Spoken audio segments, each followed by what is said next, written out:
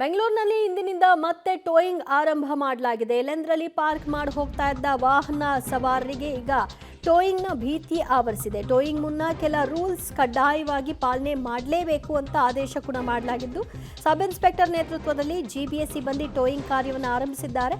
Towing ಮುನ್ನ announce ಮಾಡೋದು ಕಡ್ಡಾಯ.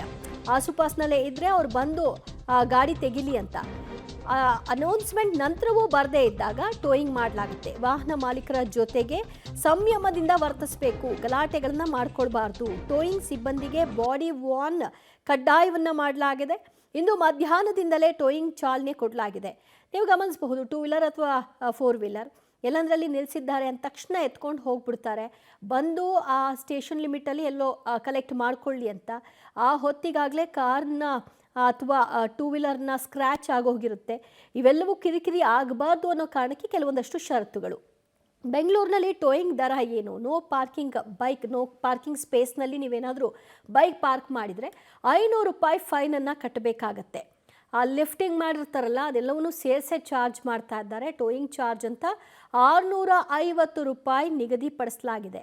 ಬೆಂಗಳೂರಿನಲ್ಲಿ ಟೋಯಿಂಗ್ ದರ ಏನು ಅನ್ನೋದನ್ನು ಗಮನಿಸ್ಕೊಳ್ಳಿ. ಎಲ್ಲಿ ನಿಲ್ಲಿಸ್ಬೇಕು ಗಾಡಿ ಅನ್ನೋದ್ರ ಬಗ್ಗೆ ಒಂದು ಸ್ವಲ್ಪ ಆಲೋಚಿಸಿ.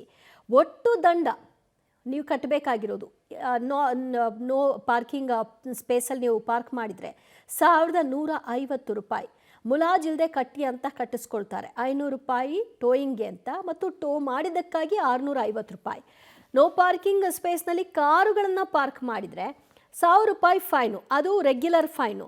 ಅದರ ಜೊತೆಗೆ ಟೋಯಿಂಗ್ ಚಾರ್ಜ್ ಅಂತ 1000 ರೂಪಾಯಿ. ಒಟ್ಟು 2000 ರೂಪಾಯಿಯನ್ನು ಕಾರ್ನ ನೀವು ನೋ ಪಾರ್ಕಿಂಗ್ ಸ್ಪೇಸಲ್ಲಿ ಪಾರ್ಕ್ ಮಾಡಿದಂತಹ ಸಂದರ್ಭದಲ್ಲಿ ಟೋ ಆದರೆ 2000 ರೂಪಾಯಿ ಕಟ್ಟಬೇಕಾಗತ್ತೆ. ಸೊ ಈ ಗಲಾಟೆಗಳು, ಗೋಜಲುಗಳು ಬೇಡ ಅಂದರೆ ಕಾರ್ ಪಾರ್ಕ್, 2 ವೀಲರ್ ಪಾರ್ಕ್ ಮಾಡೋ ಮುನ್ನ ಯೋಚಿಸಿ, ಅಲ್ಲಿ ಪಾರ್ಕಿಂಗಿಗೆ ಅವಕಾಶ ಇದೆಯಾ ಇಲ್ವಾ ಅಂತ.